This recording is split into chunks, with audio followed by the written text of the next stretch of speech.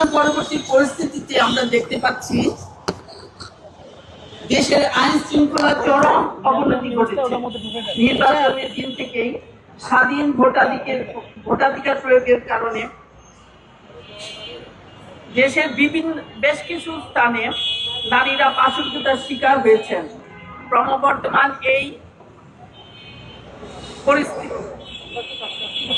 ক্রমবর্ধমান এই সহিংসতায় দেশের সর্বোচ্চ বিদ্যাপীঠ ঢাকা বিশ্ববিদ্যালয় ও রাজধানী সহ সারা দেশের দুষ্কৃতিকারীরা অবাধে অপরাধ সংঘটিত করে যাচ্ছেন।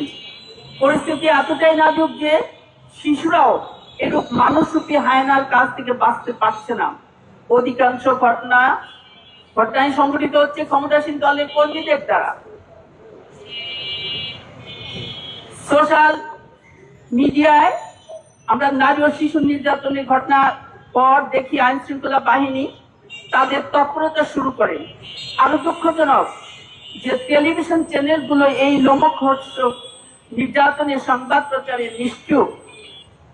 আমরা গভীর উদ্বেগের সাথে লক্ষ্য করছি দেশের নারী ও শিশুদের নিরাপত্তা দিতে ব্যর্থ হয়েছে। আমরা বাংলাদেশ জামাত ইসলামী মহিলা বিভাগ এসব ঘটনার তীব্র নিন্দা জানাই। এই অবস্থায় আমাদের দাবি হলো,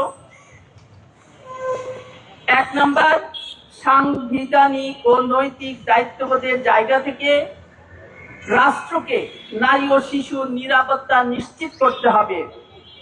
২, অপরাধীদের দ্রুত গ্রেফতার করে দৃষ্টান্তমূলক শাস্তি নিশ্চিত করতে হবে। ৩, রাজনৈতিক পরিচয়ের জের ধরে দুর্বৃত্তের তাণ্ডব কোনোভাবেই প্রশ্রয় দেওয়া যাবে না। ৫, এ ধরনের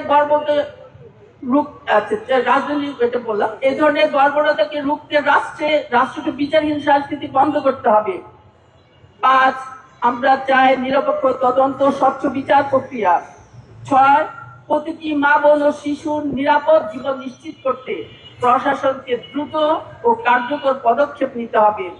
৭, গ্রেপ্তারকৃত অপরাধীদের দ্রুত বিচার ট্রাইব্যুনালে সর্বোচ্চ শাস্তি নিশ্চিত করতে হবে।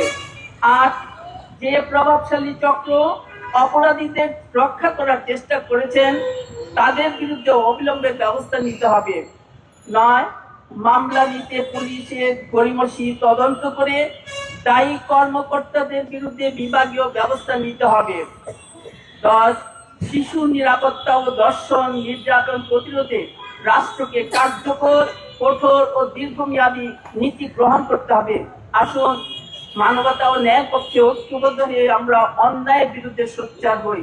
সবাইকে ধন্যবাদ জানিয়ে শেষ করছি।